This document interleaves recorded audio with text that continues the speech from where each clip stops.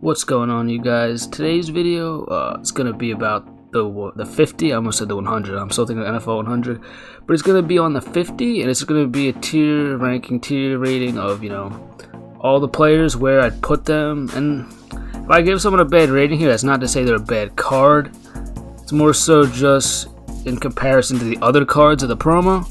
And before I get into y'all, I've been starting to upload new Madden content lately, so definitely hit that subscribe button if you want to see more videos like this. But alright, I'm gonna jump right on into it. So, worst card, Derrick Brooks.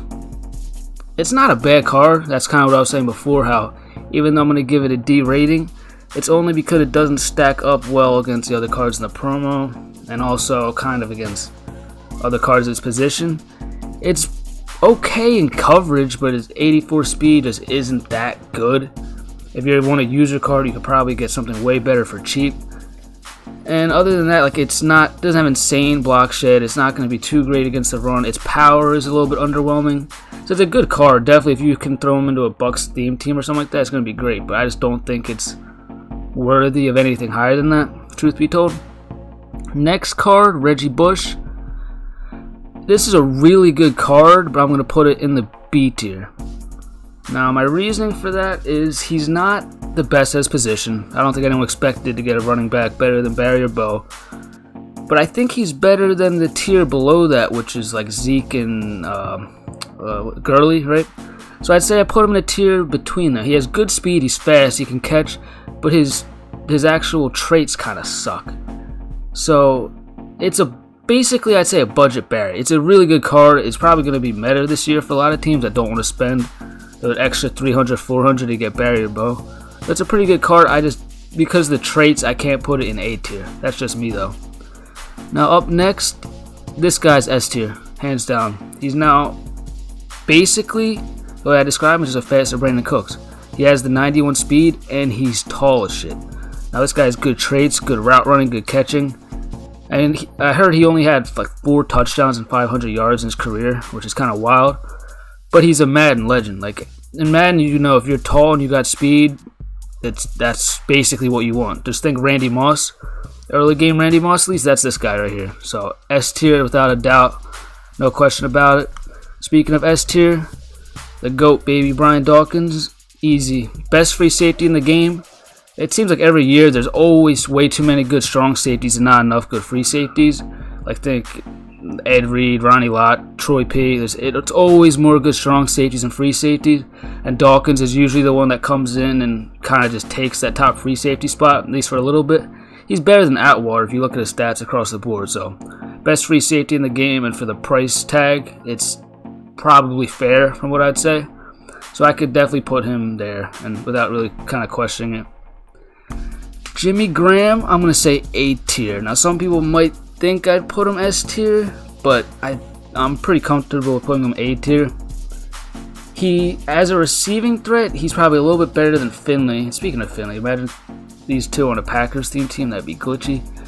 But anyway, he's probably a little bit better than Finley in terms of passing, but he's just not as good at run blocking as Tony G. So he's not the best at his position, so I can't say he's quite S tier. But in terms of just as a receiving threat at tight end, he is a monster. So he's definitely worthy of an A tier in my opinion. Just that tier below the best, but he's closer to being the best at his position than Bush is. I could say A tier pretty confidently. Now right here, I'm going to say A tier. Walter Jones, I think there's a strong argument that he should be an S tier, but I'm only going to say A tier. And this might sound dumb, it's just the price tag. I don't think a lot of people want to spend like over 300k to get a lineman. At least that's just me every year. Maybe that's just me and other people don't mind spending it.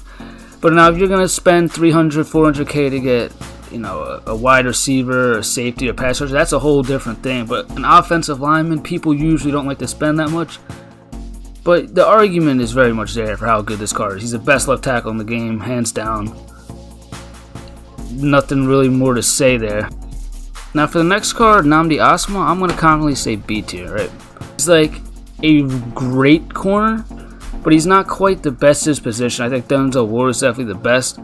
I think he fits more alongside Asante Samuel and Byron Jones than he does now Denzel Ward. So he's not really a game-breaking corner. He has really good press, which makes him better than Asante in some regards, but I don't think he's quite as good as Ward, and he's not game-breaking by any means. He's just a great card, just kind of slide into the lineup. So I put him at B tier pretty confidently. And last but certainly not least, arguably the greatest defensive player of all time, Eagles legend, Packers legend, Reggie White. Best left end in the game, hands down. Don't think much more needs to be said on that. And the Walter Jones, I said he was the best left tackle. I have him A tier. People don't like to spend a lot on linemen, but defensive linemen, on the other hand, especially ends and pass rushers, they are well worth the price tag because they game wreck. And Reggie White, every Madden, every year, is a game wrecker. I easily put him in S tier without thinking about it. He's a goon. His pass rushing stats are crazy. And that's pretty much it, guys. 3 S tier cards in my opinion, 2 A tier, 2 B tier, and Derrick Brooks sadly is all the way at D tier. But I think that's pretty fair in terms of rating. All of these cards are goons. You're gonna see Wild Warrior squads that probably have all of these guys on them because all these cards are that good. But that's just how I'd rank them in terms of comparison to each other and just comparison to their relative position. But that's it for this video, guys. If you liked it, hit that like button. If you want to see more content like this, I'm out, y'all. GN.